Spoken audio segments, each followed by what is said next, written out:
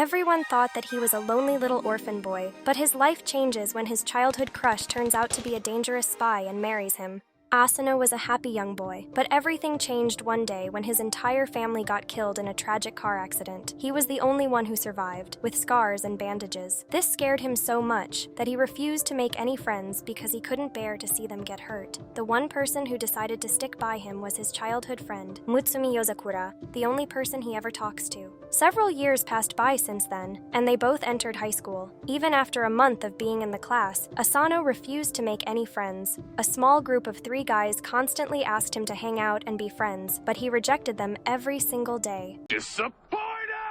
Meanwhile, Masami had gotten friendly with everyone and had become a high school idol who was every guy's crush. She walked over to Asano, sat down with him to eat, and told him to go out with the boys sometimes, as they seemed friendly. But Asano refused to make any friends and instead turned it around, claiming that if she wanted to be so friendly, why didn't she go out with the 3rd year who confessed his love for her? She told him she was not interested and took out her lunchbox, but just as she was about to feed him, Heya, the vice principal of the school, intercepted the bite and started eating it.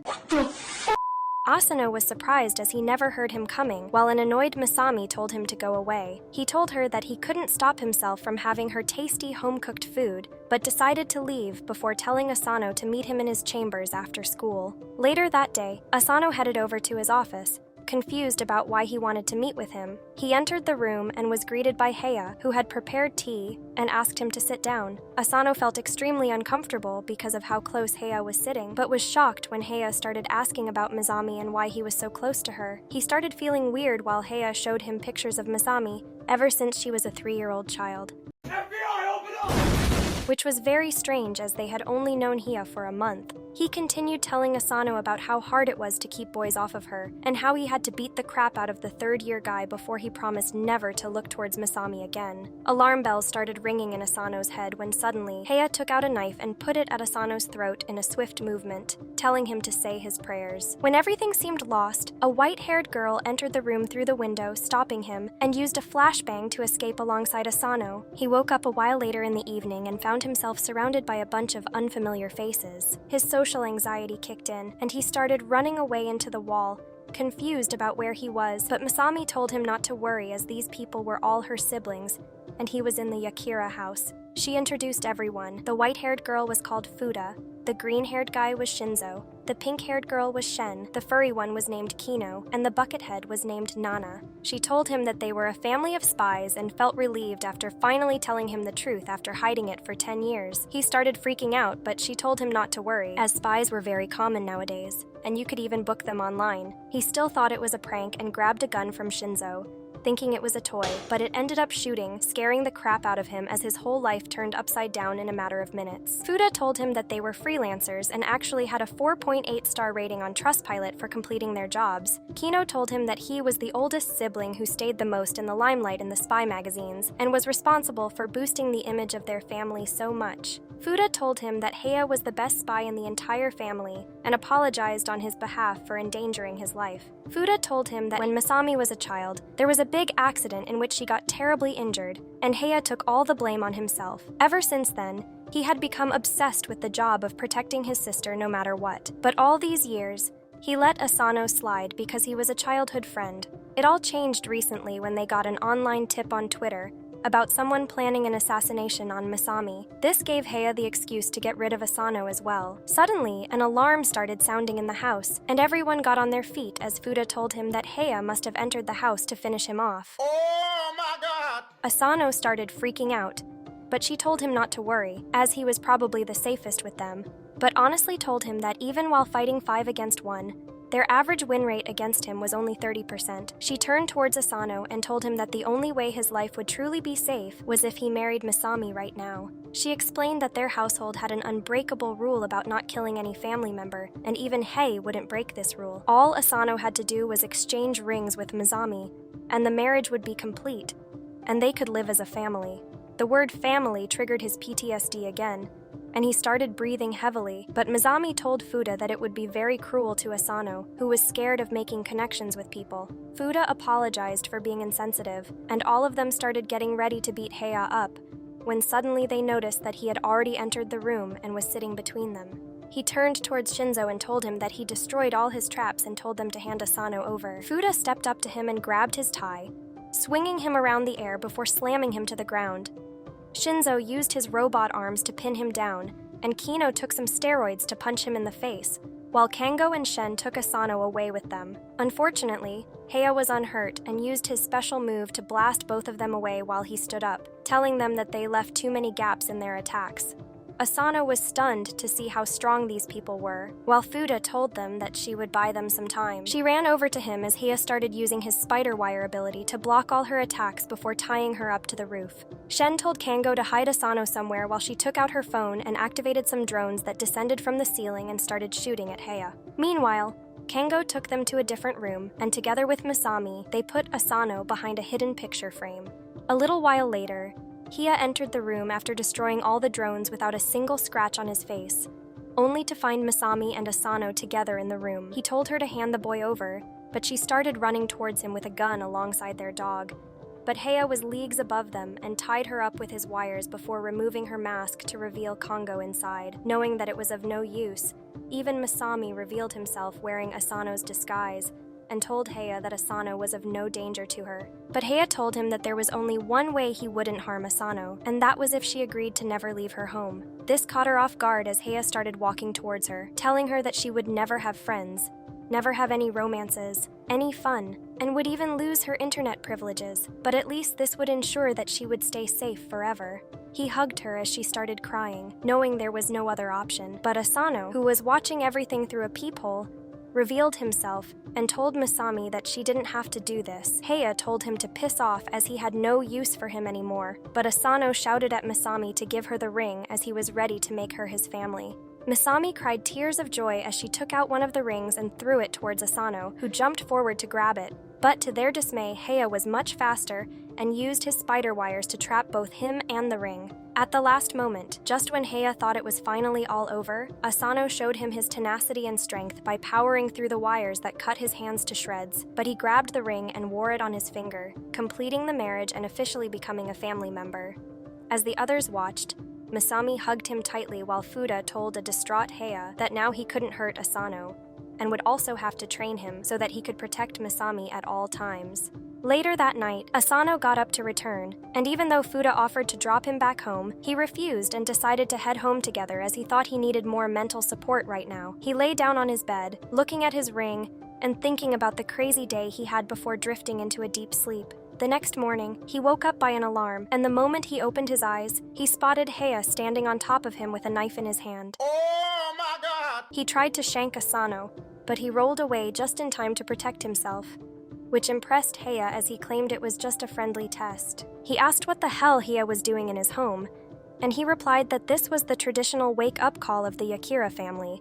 Asano rightfully thought that Heya was just trying to kill him, but Heya claimed that this was all part of his training because, to be a spy, he needed to sleep while basically keeping his eyes open. He then told him to get ready for the traditional Yozakura morning exercise and used his wires to completely tie him up in the air. Meanwhile, Masami was making lunch for the day when she heard Asano's screams, so she rushed up to see what was happening, only to find him suspended mid-air while Heya forced his body parts to stretch. She shouted at her brother to let him down, but he simply looked at his watch and told her that it was time they all left the house. He quickly grabbed Masami and their bags before jumping out the window as a bomb exploded inside Asano's house, blowing it to smithereens. He put them down and explained that Asano's house was rigged with a bomb sometime last night. He promised to explain more about it, but told him to get one thing into his brain. The main goal of the family was to protect Masami at all costs. He then told them to get inside the car while Masami helped Asano up. Inside the car, he talked with Shinzo, who found out that the bomb was rigged inside the kitchen, which meant that the target of the assassination was Masami. Asano was very confused, but Shinzo replied that information spread very quickly in their lives, and the news about Masami's marriage had spread like wildfire, and almost everyone knew about it. He was still confused and asked why they would target Masami, and Heya replied that the answer to that was very simple. He claimed that Masami was the 10th head of the Yozakura family. He further elaborated about their family history, and how over the years, they always took part in espionage because their bloodline had a special power, that gave the Yozakura family children superhuman abilities. According to him, in every generation, one of the Yozakura children is born without any superhuman abilities, and those have historically always been the head of the family. He claimed that even though the head didn't have any supernatural powers, they were the only ones who could give birth to children with superhuman abilities. This meant that without the head,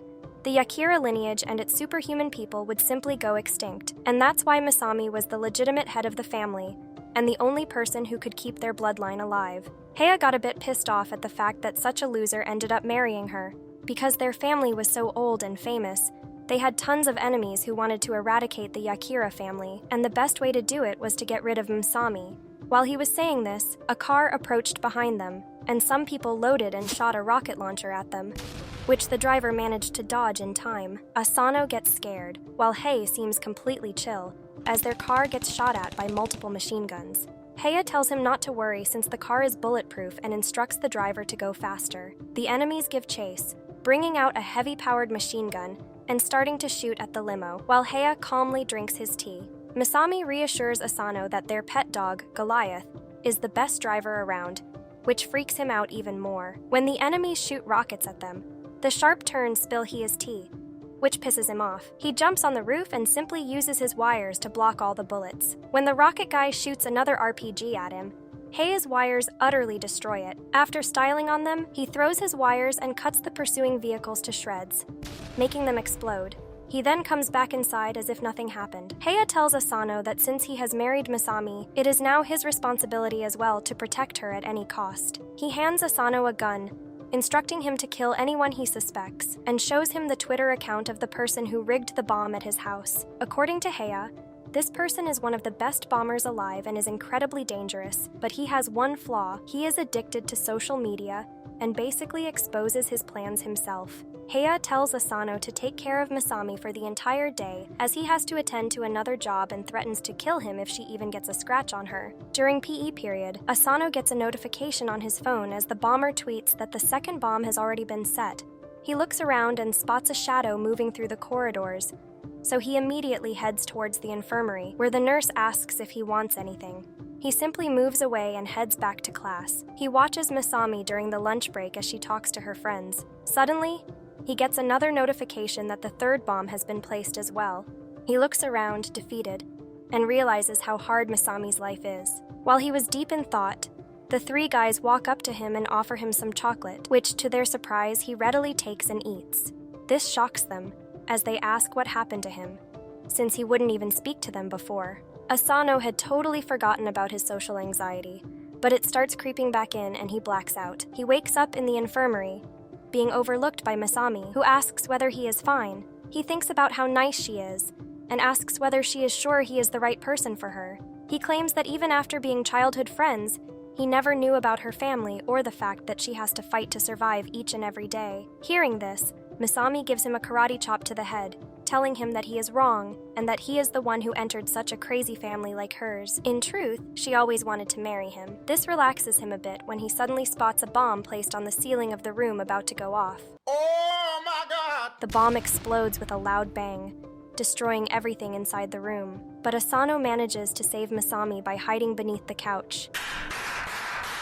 He realizes that the bomber is much smarter than they gave him credit for, and that he was putting out updates on Twitter to distract Asano and make him focus only on Masami. He removes his coat, and sure enough, there is a small bomb attached to his shirt about to explode. He realizes that the bomber knew Asano would stay close by, so he used this to his advantage and basically made a bomb out of Asano, knowing it would definitely hit Masami as well. Realizing he doesn't have much time, Asano decides to sacrifice himself to save Masami and jumps out the window, accepting his death. But to his surprise, Heya saves him at the last moment, hanging him by the wires. Heya commends Asano for his actions and tells him that his job got over quickly, so he came to check on them. Asano looks at the bomb and realizes that one of Heia's wires got inside the bomb and stopped its timer, saving Asano from certain death. Heya tells Asano that they are family now, and that family comes first. He promises that even though he hates Asano for marrying his dear sister, he would still give his life away to make sure Asano stays safe. He pulls Asano back inside, and while playing with the bomb, He tells them that their job isn't over yet. Just then, the other siblings also arrive in the room, and Shinzo delivers a handcuffed bomber at Hee's feet.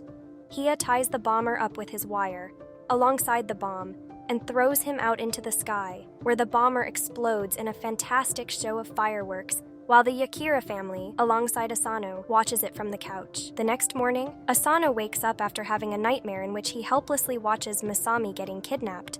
After waking up, he feels a little groggy, and ends up stepping on the tail of the dog, who gives him a nice love bite on the arm. He comes down and is immediately patched up by Masami, who apologizes for the actions of the dog and starts playing with it very cutely.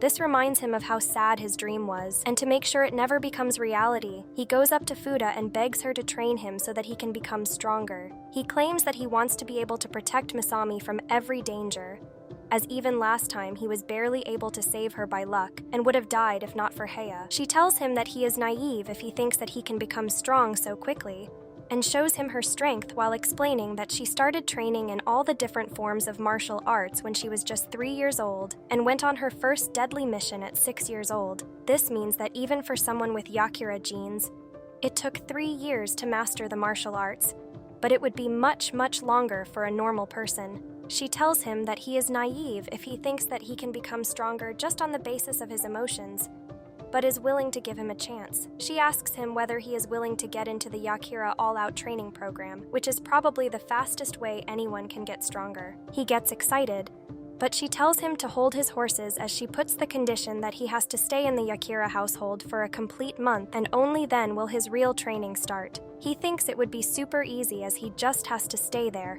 but the moment he gets up, a trap activates, and he only barely manages to grab the edge as he looks down to see sharp spikes beneath. Fuda comes to him and claims that she forgot to tell him, but the entire Yozakura household is rigged with deadly traps for spy training, so it's not going to be easy. But if he manages to survive, she will train him further. The next morning, he wakes up to the alarm sound of the ugliest-looking bird. Because he doesn't wake up in time, a bomb ends up going off inside the room. He somehow manages to get out of the smoky room but activates another trap as a flamethrower emerges behind him and starts burning everything in its way. As he tries to run down the hall, he finally reaches the breakfast table where Masami tends to his wounds. He asks how she manages to evade all the traps, and she replies that the traps don't activate for her, which surprises him. Shin explains that the traps are controlled by a computer, and once a person is able to dodge and disable all the traps, they get accepted as a house member by the computer and get the privilege to activate or deactivate the traps. She further tells him that normally a person can probably clear all the traps in 2 years, which is a very long time. But before Asano could argue, he starts feeling a pain in his stomach. Fuda looks at him and explains that all the food in this house is laced with a small amount of poison to build tolerance against it. It won't kill them, but it will definitely give them diarrhea. He immediately gets up and runs to the bathroom, only to see that it is completely locked and won't open unless he picks the locks and cracks all the codes. Oh my God! From that day on, Asano's hellish daily routine begins. While everyone else in the family is able to shut the bird down before it can explode, Asano ends up falling victim to it once again. The fridge is covered with lasers, so people need to be careful, but it isn't a problem for Shin, who uses her drones to get what she needs, or Futa, who uses her superhuman speed to get her drinks. However, Asano ends up triggering the trap, which reveals a bunch of machine guns that shoot immediately. To turn the TV on, he needs to use a gun and shoot the power button on the remote. But the recoil is way too much for him, and he ends up falling down every single time. At the lunch table, he is still unable to get used to the poison or crack the codes to the washroom, even with Misum's moral support. When he tries to take a bath, the shower is meant to teach him how to survive Russian interrogation, which he hates. The next day, he goes to school looking like a total corpse, barely answering any questions. It turns out that he has been forced to wear a 30-kilo shirt to help maintain his basic strength, even while resting. We gotta give this man some respect. After another tiring day, he tries to head back to his bedroom but spots Masami, who has slept while working at the desk. He puts a blanket on top of her, and inspired by her hard work, he goes out and starts practicing his shooting skills. Mumu ends up waking up and takes him inside, where she offers him some tea and tells him to take it easy as he has already protected her before. She reminds him that once, when she got into high school, there were a bunch of bullies who were jealous of her popularity. They tried to take her into the shed and cut her hair off, but he appeared at the last moment and took the scissors out of their hands before he began cutting his own hair. The bullies thought that he was a brain-dead psychopath and got scared away, which saved Masami from getting her hair chopped off. He promises her that he will get stronger and will always stay by her side, then heads back to sleep. A couple of weeks pass by, and he has learned to finally deal with the birds, shutting them off easily. He walks down to the living room, easily dodging the laser traps, before he takes the pistol and shoots the power button to turn on the TV. Shinzo commends him for his skills, but Asano replies that he still can't change channels. Just then, Shin arrives in the room and hands Shinzo the progress report of Asano ever since he came here. Later that day, the tub head teaches him how to escape the poison gas trap, and he is even able to survive the basic poisoned food. But when he tries the milk, he ends up getting sick again and runs off to the washroom, only to get stuck with the codes again. Suddenly, they realize that something is wrong and find him barely conscious on the floor. Fuda immediately takes him to the infirmary, where they check him out, and it turns out that he got a fever because of exhaustion. She then notices something and tears off his skin, revealing that he was wearing a fake bodysuit while actually being completely battered and bruised from the training. He didn't want Mumu to worry, so he asked the furry to make him a bodysuit. While being healed by the Buckethead, she tells him that his results were extraordinary and couldn't have been achieved without training himself to death. She tells him to chill out and hands him a book about coding, telling him that he needs to be on bed rest until he has completely read the book. Only then is he allowed to take part in the training again. A week passes by, and finally, he is able to crack the locks of the washroom, making everyone celebrate as he has finally passed the Yozakura house member test and is now accepted by the computer. To his horror, Shinzo takes out a 100-kilo shirt, claiming that they can increase the intensity now, while Walin turns the difficulty of the traps from normal to hard. He realizes that his adventures are just getting started, and he has a long way to go before he can protect himself and Masami from every danger. The next morning, Mutsumi cooks breakfast once again while Asano enters the kitchen, trying to put on her undergarments. I'm sorry, but what the f***? She looks at him as if he was a freak, and tells him that he shouldn't worry about his weird fantasies and desires. No matter how disturbing they are, she wouldn't divorce him. He claims that this is all a misunderstanding, and he just wants to practice his disguises. Suddenly, a beautiful blonde woman appears in the doorway, asking whether everything is all right. Asano doesn't know who she is, but Mutsumi immediately recognizes that it's Kingo with his disguises. He immediately starts smothering Asano, trying to weird him out, but Masami tells him to knock it off and leave him alone. Just then, Shin also appears in the kitchen and asks Masami for a goodbye kiss before he leaves. This is too much for her, and she simply smacks both Kingo and Shin on the head. Later that day, Asano meets up with Shinzo, who is about to go on a mission alone. Asano asks whether it's a dangerous mission, but he tells him that it's a low-difficulty mission, as he simply needs to find out information about a counterfeit money operation, and it shouldn't take much time. Asano wishes him luck and leaves for school alongside Masami. While walking down to their school building, a ball traveling at high speed almost hits Asano, but without even looking, he grabs the ball and then throws it back with incredible power. Later in the afternoon, both he and Mutsumi head to the roof to have some lunch. Mutsumi tells him that he doesn't know it yet, but his strength and skills have increased a lot because of the training. He walks so silently now that people are starting to call him a ninja. After that, she asks whether he is free after school today, as she needs some help with her work. Asano obviously agrees and heads back home, where she sits down at her desk and starts stamping a horde of paperwork while telling Asano what to do. He brings more and more documents, which she analyzes at super high speed and also finds errors and other problems in them. She makes Asano her pawn and tells him to send emails to some of the investors to increase their stocks, while telling him to ignore the forged divorce papers that he has created to try and break their marriage. While shuffling through the files, she notices that one of the reports by Kingo seems to be incomplete. Because he has done this several times before, she gets pissed and takes Asano into Kingo's room. The room is completely filled with clothes to the brim, making it impossible to see anything. Masami tells Kingo to come out, and he magically appears on top of his clothes mound. Masami tells him to complete his report and submit it immediately. Kingo doesn't take her seriously and simply starts eating his sushi, telling Masami to stop acting like a grandmother. This pisses her off, and she grabs her handcuffs to lay down some Yozakura-style punishment. If you want to see Kongo get punched, then like this video and subscribe to my channel.